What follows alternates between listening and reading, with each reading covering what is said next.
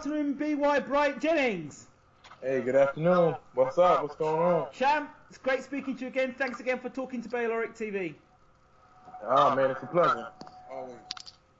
So, we've got lots to hook up and talk about, so let's get rolling. First of all, Mike Perez, the result. How did you feel going into the fight? Oh, yeah, I know. Thank you. Oh, I'm sorry. I was answering the question walking down. Mike Perez. How did I feel about the outcome? Going into the fight. So you sounded pretty confident going into the fight. Yeah, you know, I'm always confident because I know my physical abilities. So, you know, I was pretty confident. He actually disappointed me with his performance because, you know, he really didn't fight. And then it's kind of glad that he didn't fight because our minds both was, well, his mind was somewhere, my mind probably was in the same place, but my will and determination wouldn't allow me to be like him. Right. So therefore, I was allowed to come out with the win. Okay, so in there, I mean, if you'd listen to the commentary in the UK, the commentary in the UK was like, for the first 2 rounds, Bryant Jennings doesn't know what he's doing. He looks like he's lost the script. And I'm listening to this thinking, this is a 12-round bout. The guy's going to get himself into the fight. And surely the second half of the fight is where Bryant's going to take over because of Perez's lack of strength or lack of stamina down the stretch. Yeah, that's what happened. Yeah, that's what happened. But I give credit to him and his slickness, and I thought, he played a nice little game. But what he didn't do, he didn't engage in a lot of shots. So you know that took away from me being offensively successful at certain times, and him, because I figured the more he probably would have fired, the more he probably would have landed, but the more I probably would have landed as well. So I knew for sure I would have took his heart because he seemed to have lacked some a little bit there, and he didn't really go for what he really knew, and he kind of like played the safe game the whole time, and that wasn't the Mike Perez that everybody was used to seeing. Right, and that's something that I had said before the fight. I said that the Mike Perez before he fought Abdusalamov, before that fight, he was, doing a lot of damage. Since that fight, he's not been the same fighter. Don't care what anybody tells me. Mentally, he's gone elsewhere. Yeah. I mean, hey, it's proof is in the pudding. He has gone somewhere.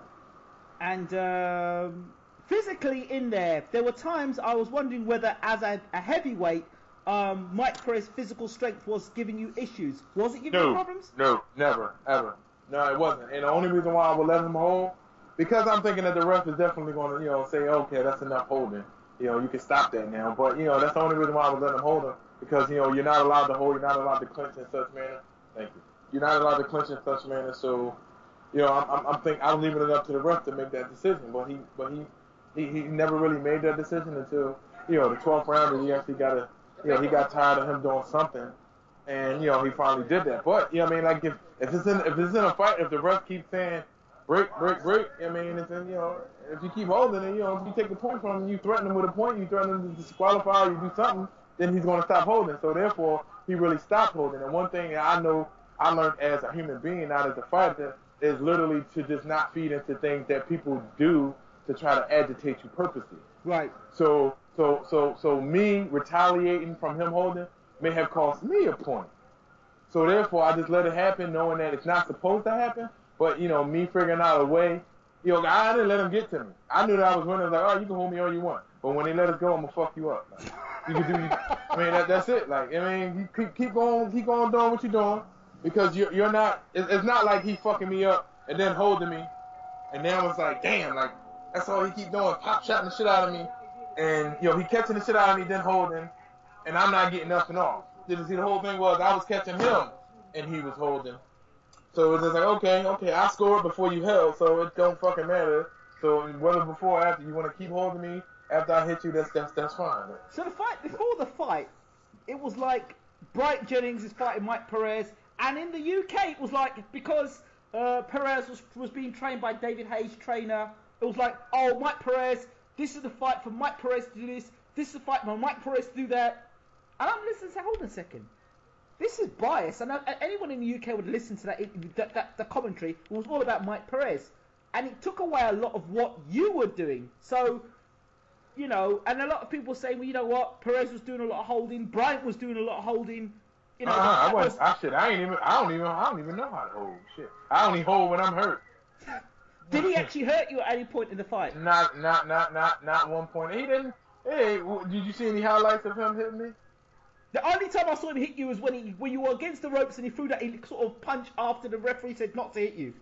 That was his cleanest punch. Yeah, that was his cleanest punch. All of the other punches, I mean, he hit me, but it penetrated you know, the shell at times whenever he hit me. It wasn't nothing to where as though it was like, you know, he caught me wide open. You know, there was some things that, you know, he snuck one in there. You know, maybe it was like a little pop shot, but it wasn't nothing that he had intentions on hurting me with, and he caught me with. So therefore, you know, the dude ain't hit me at all, for real. You really want to put it. The concern is now, Brian, that people from the outside, you're in the inside, so only you would know. But the thing of, Bryant's not a big heavyweight in terms of the giants, and then you fought a bigger heavyweight in Perez. How did you think you felt inside of there against somebody who's physically as strong as Perez? Man, that was a piece of cake, man. I've been around stronger people all my life. You know, I actually played football the way as though no matter what, I still was amongst the strongest people on the team. You know, I'm a naturally strong guy. Plus, I eat and live right. So you know, I keep my body intact. So I'm a naturally strong guy. That's one thing that people underestimate me about. Now, there was something that I did to Perez that made him say, man, I ain't trading with this motherfucker. There's something that made him say that. Now, I fought myself, and you know, I'm not even gonna say I fought my training team, but I fought us in a way because I believe that I overworked myself during the training because we did have a long ass training camp all the way from April to fucking July 26th. Right. You know, April 1st or March or whatever, the last week of March or whatever it was, to July 26th. So that was a lot of training. You know, the show, the bout was canceled, and then it was postponed and stuff like that. And I thought it was like a little slick way for somebody to try to, you know, throw something slick in. I mean, that's you know, kind of like when an opposing coach calls timeout before the guy kicks the field goal, the game-winning field goal. You know, just to stop. You know what I'm saying? So I just was on some shit like, you know what? They're trying to catch me slipping, so I'm just gonna keep going. You know, and you know, not realizing that me keep going kind of hurt me a little bit because there were things that I didn't do. Everybody in the game, see, and this is what I hate when people put the analysis of me. You know, first of all, I guess I'm solid in the game now. You can forget all about the, you know, inexperience or whatever now. Right. You know, because I'm 5 years in. I'm still not 5 years pro, but I'm 5 years in the boxing. So, you know, therefore they try to, you know, put all that in perspective. But you got to look at that.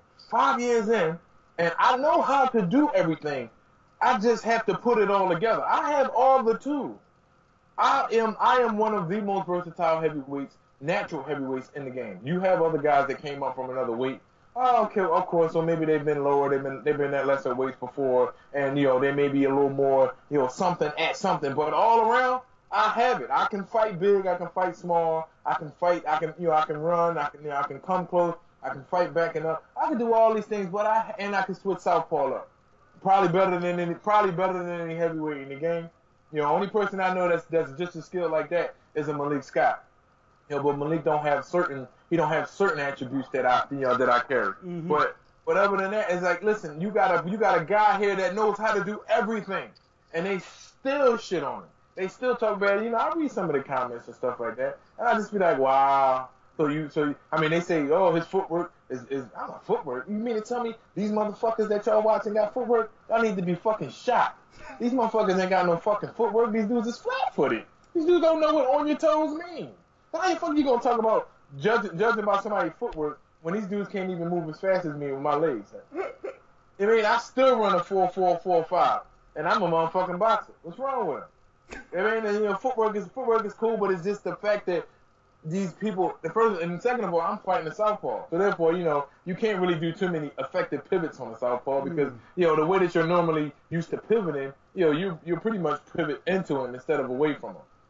It's pretty much pivoting the opposite. So these guys don't even understand. I'm fighting the southpaw. Put an orthodox fighter in front of me and watch what the fuck I do to him. I tell you something. Do you know the one thing that I thought this would be a real test for Bryant is the fact that your amateur career and Perez's amateur career. If you looked at Perez's amateur career and what he had achieved as an amateur coming through, I thought, well, Bryant's been in the game in terms of a pro over 5 years now. Will that be enough? But then I've looked at your corner and you've got Fred Jenkins in your corner, and Fred Jenkins has done a lot with you to make you do the things that you can do as a fighter today, and not enough credit is given to Fred Jenkins and the hard work you've put in to be the fighter that you are today. And the fight against Perez, in a lot of ways, convinced me at that point, because you're now fighting a guy that was, unbeaten, a guy that was strong, rugged, was rated in the top 10, and was, before that fight, everyone will say Perez is this and Perez is that. Now that you've beaten him, suddenly Perez is not the same fighter anymore. Yeah, I knew they was gonna do that shit. I knew he was gonna do it, but everybody that I fought at least have one loss now, and I'm still undefeated. Well, that's one thing they're not even pointing out. Like I looked in my prediction. I said that you would stop him late. And I said to people, the only reason why I don't think you stopped him was because of the fact there was a lot of holding going on, because you hurt him a few times. Yeah, and I mean, the reason, the way I don't think I stopped him, probably because, listen, I had something in my mind the way though it should have clicked. It should have clicked, and I'm not blaming nobody for it, but I had a lot. When people don't understand, when you get in that ring, and most people that come up with their opinions and things, they've never been in a ring. See, first of all, you got to put in your mind that you're a fighter. Inexperienced and me being inexperienced puts a little more pressure on that. I got to understand that. Listen, I'm a fighter. This is what I do. So I had to get in the ring, right? I had to fight. So I had to hit. I not only have to hit, I got to worry about not getting hit, and then I got to be able to take a hit when it comes my way. Then I got to win, right? I'm on HBO. Then I have to win big so I can stay on HBO, so I can still be productive. Then I have to do it in front of a crowd, not only a regular crowd, but a big crowd at Madison Square Garden. That up until the fight, it's a different say because you haven't really achieved it yet. So you can say that, oh, it really does nothing. Oh, it really didn't do nothing. Which it really didn't. But the fact that me, saying all these things, there's a pressure that I'm holding inside to saying to myself, yeah, you got this, you can do it. Don't let them even know your weaknesses, because when they view you as incapable, when you let them know your weakness, you let them know what you're better with, so they view you as incapable. So you never supposed to let them know your weaknesses anyway. Don't let them know what you're better with. But all of that in one, then you gotta look good after all that.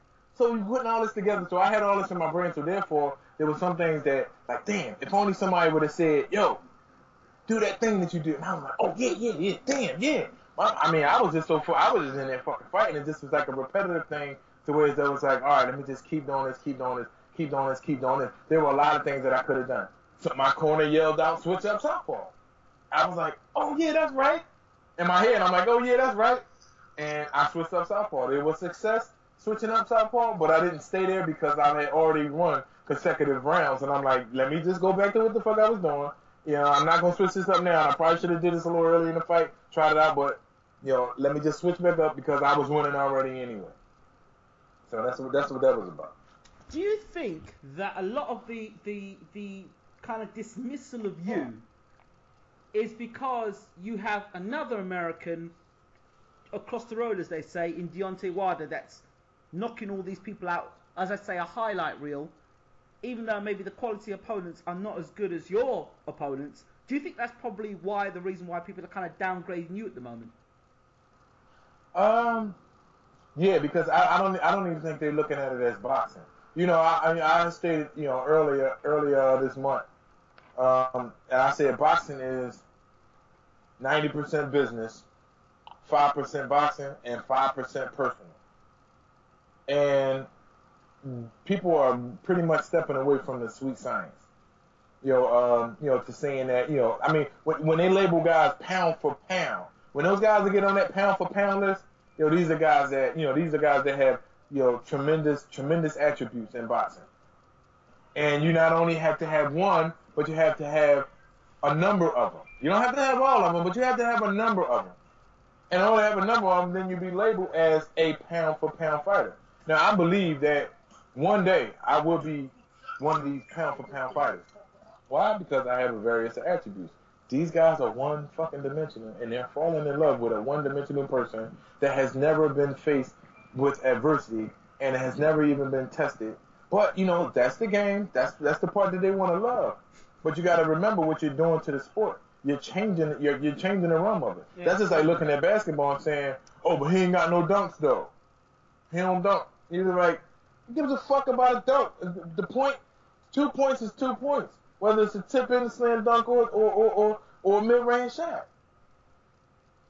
I mean, come on. It's like they're taking away from what to expect in boxing. Now, knockouts is not something that everybody should expect. Knockouts is something that that pretty much has just come with the greatness of your offense and the lack of that person's defense, either or. Because because it's either or. It's either you have great offense or that person have bad defense. Absolutely. Which one? So Absolutely. Listen, I can go on and on and on and try to explain certain things about boxing. That's why we call it a science. It's really unexplainable. There's a formula to everything. You put together. You have to get a group of guys. Get 10 guys. Get Teddy Atlas. Well, I ain't gonna even say it, Max Kellerman. I'm not even gonna say it, because they disappoint me at times. With their commentations. Because they act like they don't believe, and they supposed to be selling something.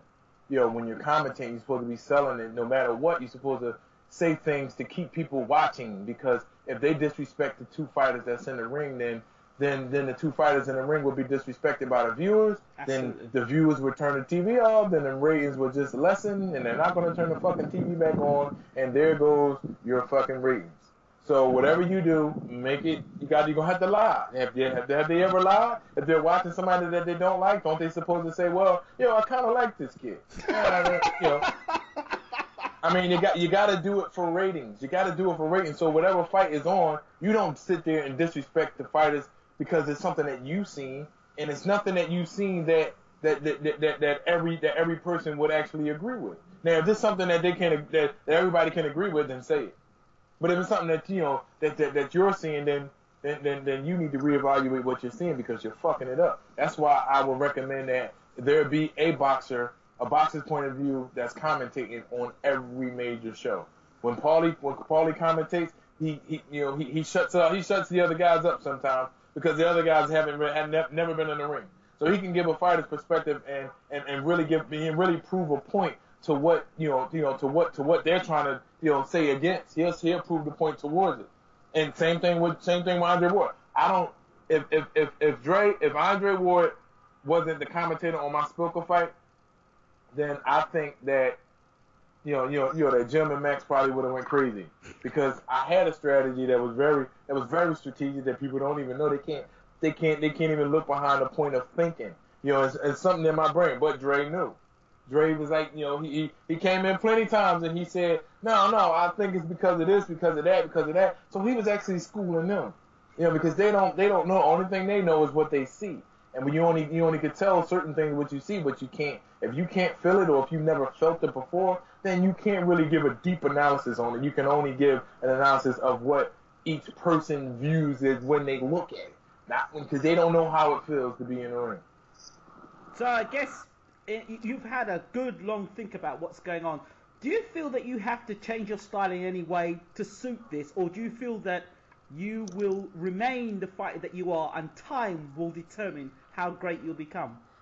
Yeah, I mean, time will determine how great I will become. Hey. Yeah, you look good. Time will determine how great I will become, but the whole thing is I'm undefeated. All of these guys have losses now. So you can't beat this so-called boring guy. These guys are they so talked about, he's this now, he's going to do this to him, he's going to do this to him. They haven't done it. They really haven't done it. Now, I believe that unanimously, I believe I beat Mike Perez unanimously. Mm-hmm. The first few rounds, he only looked it better at doing nothing. He didn't really do shit. He just looked it better. He just looked it a little more sicker. He just looked it like he was the better boxer. He was the better boxer in the first few rounds. But that was just looks. So, you just looking, you looking pretty. All that amateur shit, moving your head and doing all that, popping shots, but the shits ain't really effective. There's a lot of times I'm looking at shit, they just like, oh, well, yeah, Perez just landed a few. I'm like, what do you mean? Like, I didn't feel not one of those shots. Not one. Not one of those shots. So you have to bring somebody in there to defeat me and make me look very fucking bad. Now, if Mike Perez was in super tip-top shape, he might have been the one to do it. But how many guys do you have that have great boxing skill and great conditioning? You don't fucking have them. They're not around. And if I get knocked out by a big punch, it's just a big punch. It's still not showing you that this guy is technically sound. This guy is Muhammad Ali, or this guy's a this and that. It's like, that's what happened. You get caught with a punch, you go the fuck down if you can't take the punch. And it forces you to go down. But these guys aren't better than me. These guys are just big guys, and you gotta bring somebody in to fucking beat me. And in order to beat me, you gotta make me look bad. If somebody was to beat Floyd Mayweather right now, if they was to win by the skin of their teeth, then it'll still be, Floyd's still good. It's a hit or miss. Some people think he won, some people think he lost. But no, you can't beat Floyd Mayweather like that. You got to beat the shit out of Floyd. You got to make him look bad in order to capture everything. So you have to at least knock him out off of one good, I'm about to say play, or one good move. If you count on one of his moves and then catch him with a good count, I mean that's a technical decision that you made in order to score a knockout on a great fighter such as Floyd Mayweather. But you landing a lucky punch, you ain't gonna get shit for that. They ain't gonna fucking praise you. You got to beat the shit out of somebody that's good. So I'm saying that you got to beat the shit out of me. Somebody that's good, come on, beat me. Don't knock me. If I was the person that was fighting me, if they knew they could knock me out, I wouldn't knock me out. I just beat my ass for 12 fucking rounds, and then you'll be better that way. It'll be better for me. Say like for instance, if I fight at Klitschko, and I'm so winning. I got this motherfucker figured out. I will wait till the last round to knock him out. Because I will beat the shit out of him for 11 rounds, and then the 12th round, knock him out. Then they'll respect me. But if I catch Klitschko in the first 6 rounds with a shot, say like the fight was close, let's say he was winning, and I caught him with a shot. Yeah. It's like, okay, you just caught him with a shot. But if I beat his ass for 11 fucking rounds, that's way better. I don't even have to knock him out. That's way better than knocking him out. I mean, wouldn't you agree? I would agree. Well, let me ask you a question. Is that what Fred Jenkins has been teaching you? No, that's just something. That's it. Fred wants to fight over. He want it over, but he don't want it over. He wants me to be smart. We coincide. So he wants me to use my brain as well as his input that he puts into my abilities. But like we prepare. Before I was even pro, I was training for 8-round fights. I started out training. In fact, I was in the first day I walked in. I was in shape. I was way in shape, good enough to do a 6-rounder. The first fucking week, the first week, all my amateur fights, I never got tired. That shit was easy. I was throwing punches like a motherfucker. I never got tired. So we was training to go the long distance. Why? Because at some times you may have to do this. You may have to go the distance and stuff like that. I mean. And if you want to put on the show, I know this heavyweight is kind of risky, but if I can beat the shit out of you and you can't hurt me, like say for instance it's Spilker. I had to figure him out a couple rounds, but after that it was just like, he didn't even punch. He didn't hit me. He didn't hit me the whole fight. People don't point that out. I don't get fucking hit. I mean, you point out a highlight. You will see a highlight where it's after they kind of hit me or a shot brushed off. And you see me, moving in a position where you may see sweat coming from my head, but I need to see pictures, and you could put this out there. If people have this information, I would just like to see it. Maybe it'll calm me down. Maybe it'll be like, okay, it'll probably make me, reflect back on that actual fight and try to think back so I can look at the tape and see exactly what I did wrong. Get caught with a clean shot like that. But find a shot where you see a glove on my fucking face, clear as day, as if I have a fucking 100 pictures of. You get what I'm saying? Try find a picture where somebody lands a clean shot on me. And I'm not saying I've never been landed with a clean shot, but if they did, they don't have many pictures of it. You know, they don't have much proof of it. So find the proof and put it out there and send it to me, so I can look at it and I can figure it all out myself. That's a challenge for the people that listen to the interview. Absolutely. Yeah. I'm quite sure they'll go looking at it, and if they go looking at it, the harder it is to find that, then the more they respect me. Absolutely. The more they will respect me. There's a question I want to ask you, and this is one that I have never asked anybody else, but I feel like I'm in a position, like, because you can ask me anything. I can kind of talk to you about anything, really. Yes, you can. But this one I want to ask you, away from the cameras, away from the reporters, away from the journalists, away from family, and away from everybody else, when you're in a room and you're sitting down, what goes through Bryant Jennings' mind? Constant thinking, meditating. The way the earth spins, the different behaviors of certain people that surround you. Planning for 12 hours ahead of yourself. Preparing to go out into these streets and to face what we call modern day devils.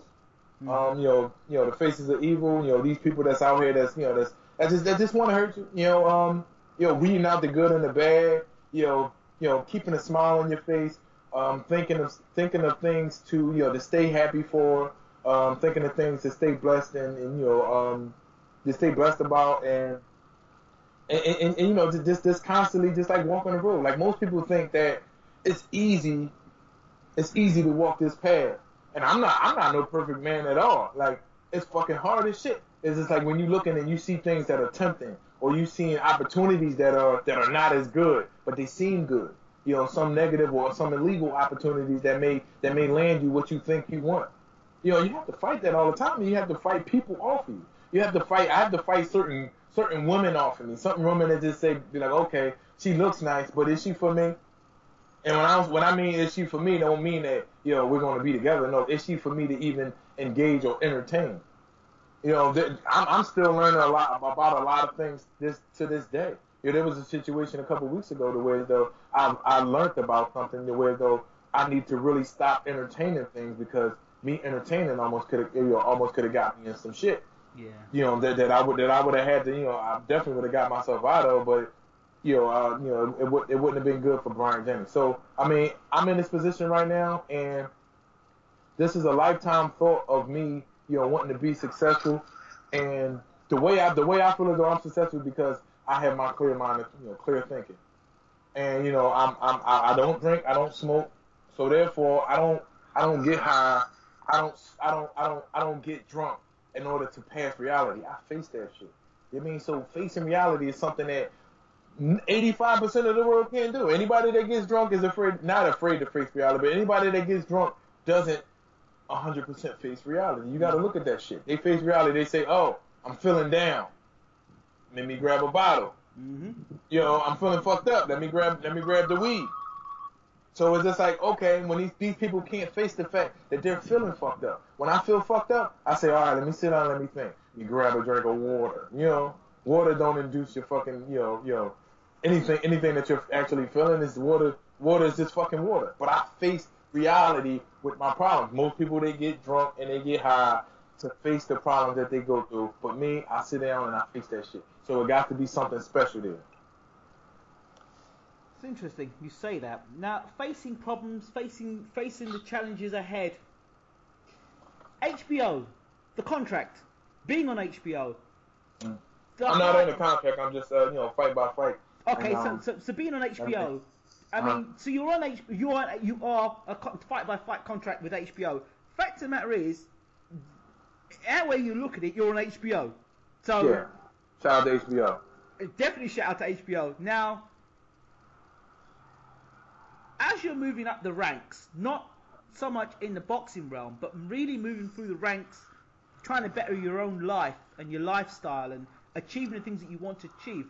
There are people around you that liked you as good old BY, on the streets doing what you're doing, his hustle, doing his thing. and now BY's trying to accelerate his life. How do you kind of keep things in balance? You know, keep in touch with some and balance. You know, sort of balance things out. Whereas you're trying to touch the clouds, but at the same time keep your feet grounded. How do you do that? I think it's just a pace that I've been on since I was young. Right. Because ever since I was young, I was just literally a different person. Like literally, like set aside. Like it wasn't a weird type young, and that's what makes it great. Because I'm not a weird type of person to where though you can look at me and see something like, oh man, this dude's weird, but he's smart as fuck. No, I blended in. I was the type of person that blended in. I was amongst the crowd. I was always a favorite. Whether it's in the classroom, I was the funniest person in the classroom, and I was the smartest person in the classroom. And I also was the most disruptive in the classroom. So I was the most in everything. But most importantly, I was the most smartest. And I was the most articulate, and the teachers loved me, but they always asked me, what the fuck? Like, not what the fuck, they wouldn't curse, but they'd just be like, well, what's going on? They were always, questioning if, things are going on at home. I had a million parent-teacher conferences. I even had some situations to where though, I was supposed to go away to boarding school and things like that. You know what I mean? Because I was so smart, but I was so disruptive. They wanted to see exactly what went wrong or what's going on. And it wasn't. I don't think it was, the loss of anybody. My father was in my life. He was in and out of jail, but I just think it was just a gift from God. The way though, the way my mom raised me, and the way I came from, and it's just. I guess it's the position where I was at that point in time. Like it was just something special. So I mean, it don't really take much for me to stay on the path. I just gotta do it every single day. Like literally, like I just can't just say, okay, if I do this one thing, I'm good for a whole week. Because I can get out my car right now and walk down the street and see something that. That I might not hesitate on, or I might not be tempted, but I'll look at it and say, damn, if I wasn't, then I'll be, damn, like, shit, like, I'm glad I'm strong-minded, because if not, I probably would have went over there and just, like when somebody drop a wallet or some shit. Somebody drop a wallet, even if it's money hanging out of it. I have no intentions on keeping that motherfucking money. I'm the type of person that I find some shit, and if it got a number in there, if I see a person's face, or if I see a number, then I'm going to give it to them. If I don't see your face, then I don't feel bad. Or if I don't see the information, I don't feel bad about. Damn, let me. But I mean, shit. Like I've turned in things in the past. Like one time I bought an iPad, and a person texted me and said, a person texted the iPad, stating how I devastated you. They're just like, all right, look, I'm here. I'm such and such. If I just bought this iPad, and I will give it back to you. I needed the iPad. So I was like, in fact, I didn't need it, evidently. So this was like, if you want this back, then I'll be glad to come your way and give you the iPad. But I just paid X amount of dollars for this, so you gotta do that. I wasn't even expecting a full amount because I let it go. I let it go for less money. So I bought an iPad. I bought an iPad for $150 and sold it back to the guy for like $125. Ah, that's the type of person I am. So, okay. There's other things I'd like to ask you about, and it's more like Bryant Jennings, how Bryant Jennings sees the media, and in particular, the interviews. When you're doing interviews, what do you expect of the journalists when they ask you questions? I expect them to have an open mind. Most of the time, these guys don't have an open mind. They have their mind set on what they want to hear and what they believe. They can care less about the perspective of the person that they're interviewing. A person like Dan Russia. And I would say that majority of the time, he listens. I don't really think, he actually cares about the perspective of the fighter as much. So when it's questions, it's just questions about, he gets to the point and get it out of there. Like, he don't really kind of like dig into, like the crevice of certain questions or certain reasons why certain people do things. And I don't think you can even decipher that either. But there are some great guys that that does interviews and they ask very good questions. But I would like for a person to have an open mind, not be biased about anything, because you're asking questions to get an answer from this person. Right. So, I mean, I guess some people went to school for it, and they're good at it. And some people went to school at it and they ain't shit at it. and vice versa.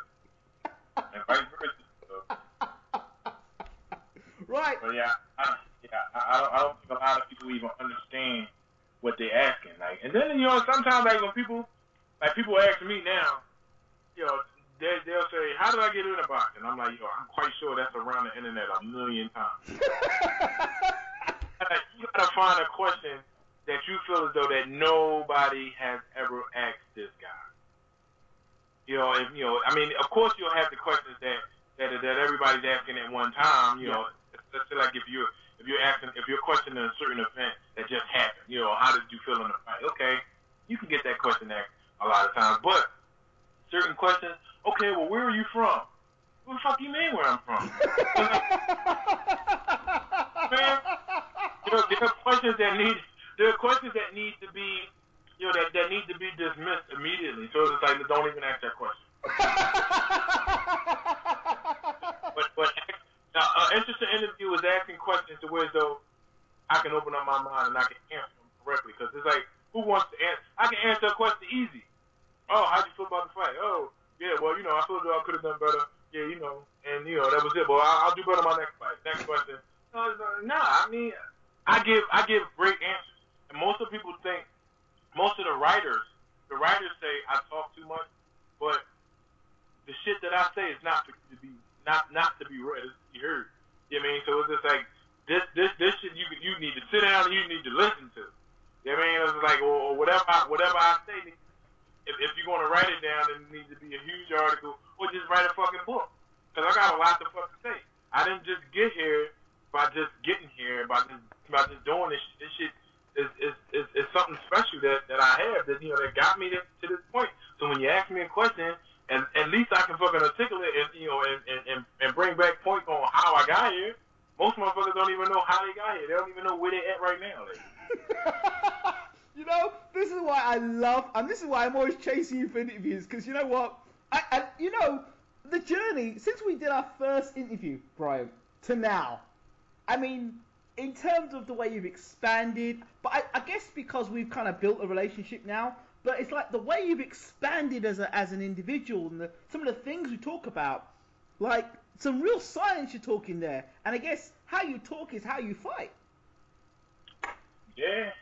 I tell people that's my life. That's my strategy. That's my life. And most people can't figure out my life, and they ain't gonna be able to figure out my fight neither. Right. Now this next question might be kind of trying to penetrate that defense of yours, right? So it's me versus Bryant Jennings. I don't know what the hell I'm doing in the ring with Bryant Jennings, but anyway, right. So here it comes. I saw a photograph of you with Jay-Z. Was that a recent photograph? Yeah, that's a recent photograph. Okay, don't tell me anything else. Now, hold on. There's a reason why I'm going here. Now, I heard a story, don't know how true it is, about Rocco Sport. Correct? Was that true? Rock Nation Sports. Rock Nation Sports. A story. You asking me if something true? What's the story? I'm getting there, but I'm going to penetrate the defense. No. You're already thinking ahead of the game, and we're not going there. No. You said you heard a story. Is it true? And I'm like, what's the story? Well, that's what I'm not making you ready to get any defense up, because I know you might try and skip out of it, but let's see. No, I'm not going to skip out of it. I promise. Alright, I heard a story, or I read a story, in fact. It was regarding Deontay Wilder and Bryant Jennings. And Rock Nation, they're trying to get the fight between Stavern and Wilder, and Don King and who's the other guy? What's this guy again?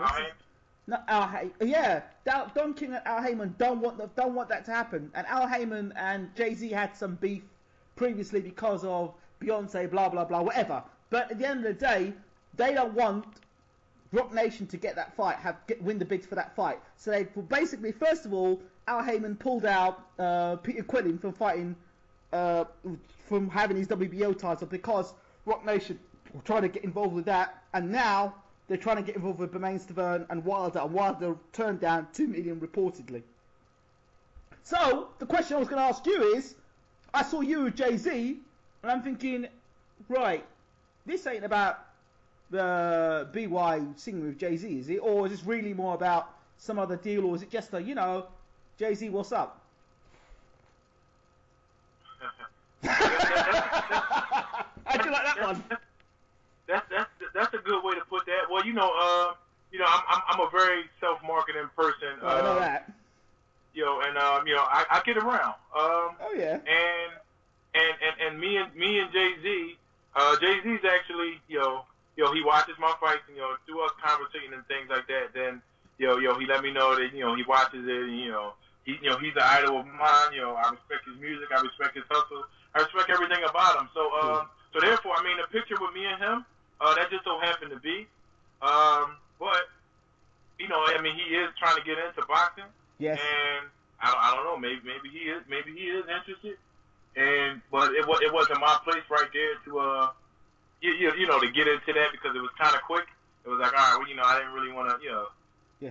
So, I had to. That's some nice jabs you're throwing on the back foot and going backwards there, Brian. Some really good jabs. You're throwing some nice jabs at the moment off the back foot. You didn't expect that coming, right? Did I breach the defenses there? I was backstage at his concert in Pasadena on a run tour, and he was getting ready to go out. I had a quick minute, to talk with him, and Mm-hmm. and just tell him how much I admire his music. Mm-hmm. And I didn't want to hold him up. That's what I do. I give when I meet people, as well as I want people to do to me. I give people at least 30 seconds to a minute, and after that I'm gone because I know how it is myself. I don't want to be held longer than 30 seconds or a minute because it's like, okay, what are we getting at here if we're not talking about something for real? So I kept it short and simple, and we took the picture, and that was it. Okay, all right, fine. So was that a little bit of good journalism there, or was I off point there?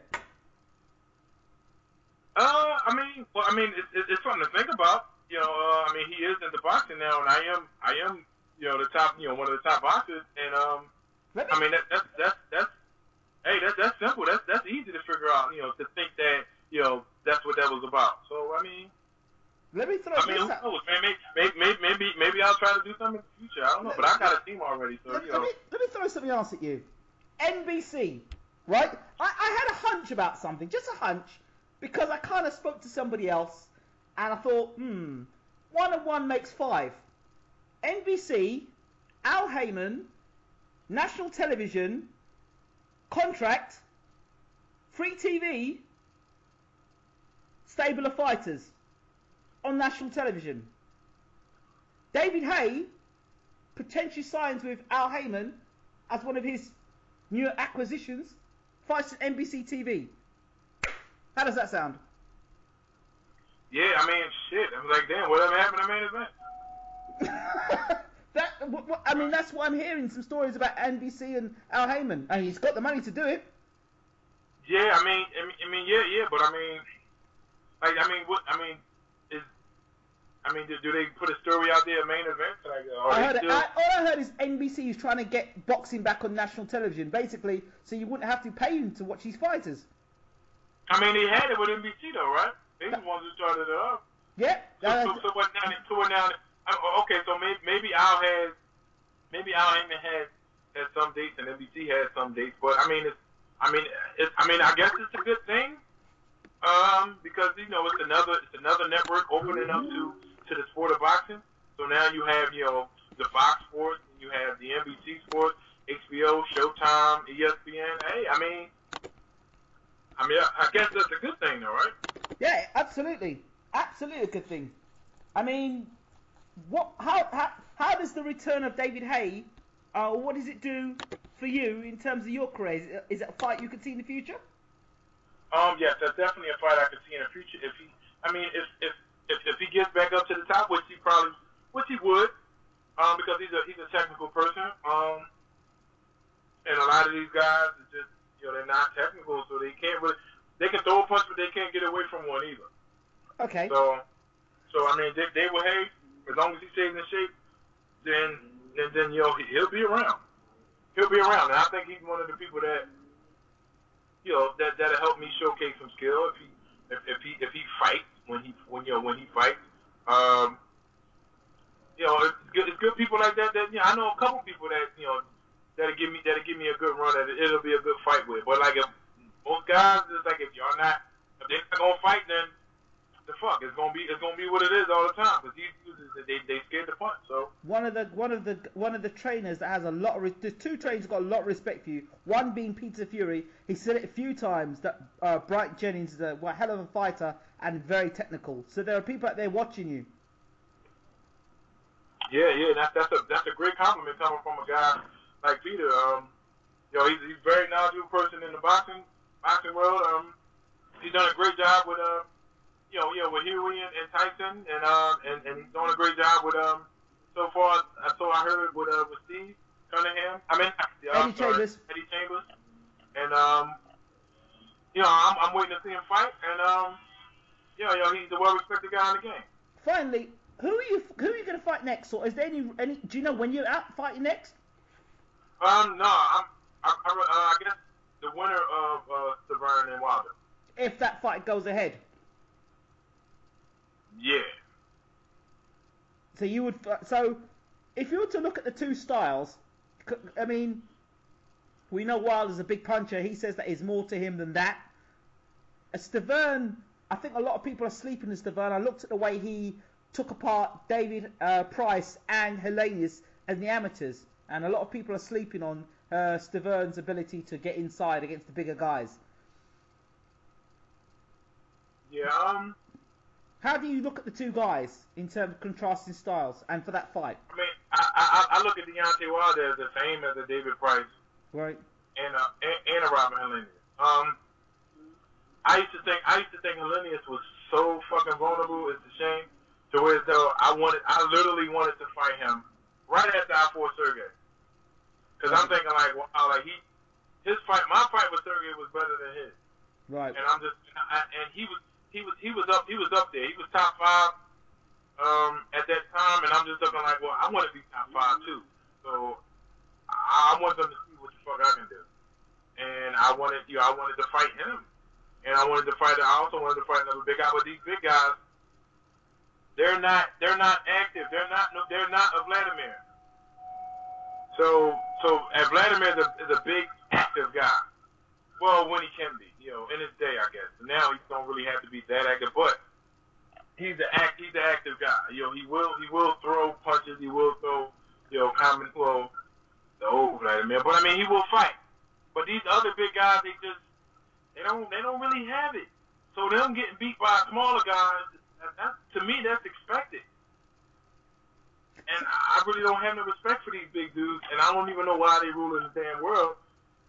Because look what David Haye did to Nikolai.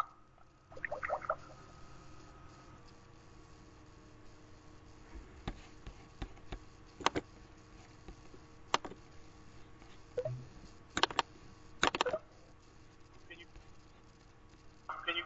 Yeah. Somebody trying to call me. Somebody trying to FaceTime. No problems. All right. We'll talk about Nikolai. The other fighter, Ortiz and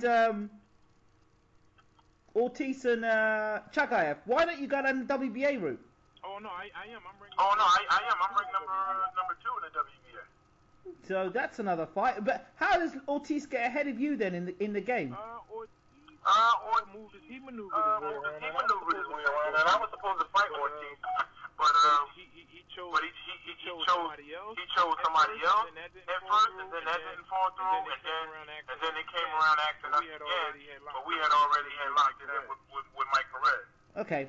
So who would you like to fight next then? The winner.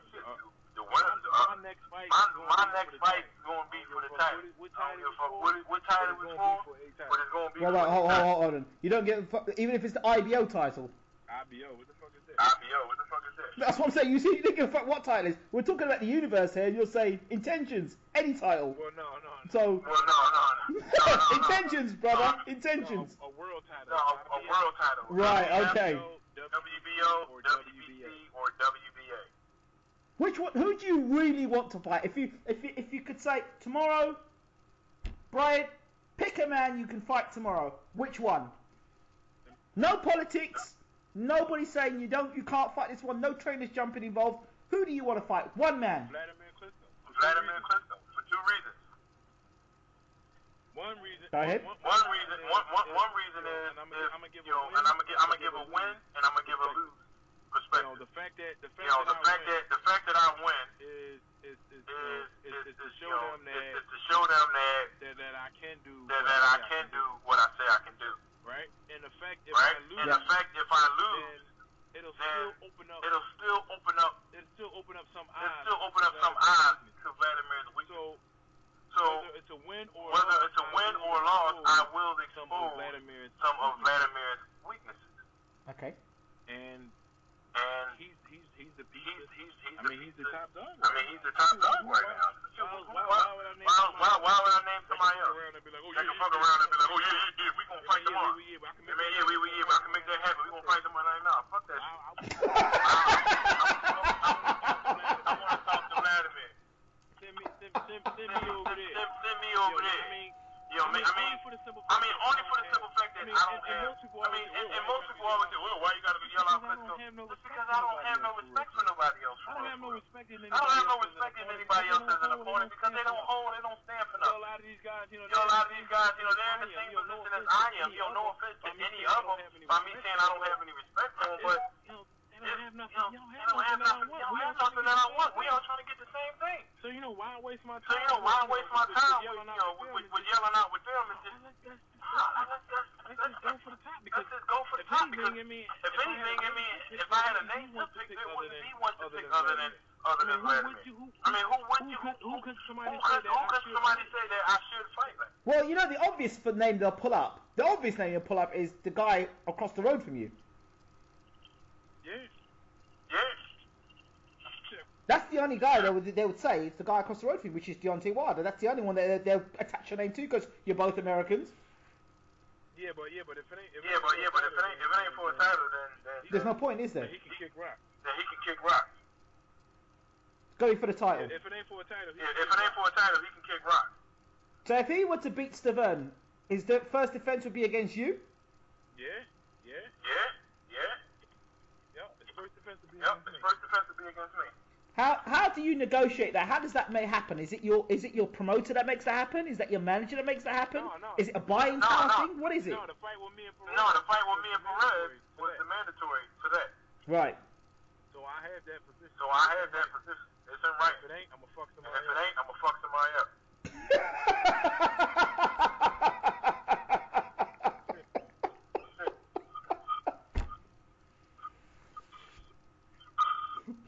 Oh, Brian, it's always a pleasure talking to you. It really is. I really enjoy it.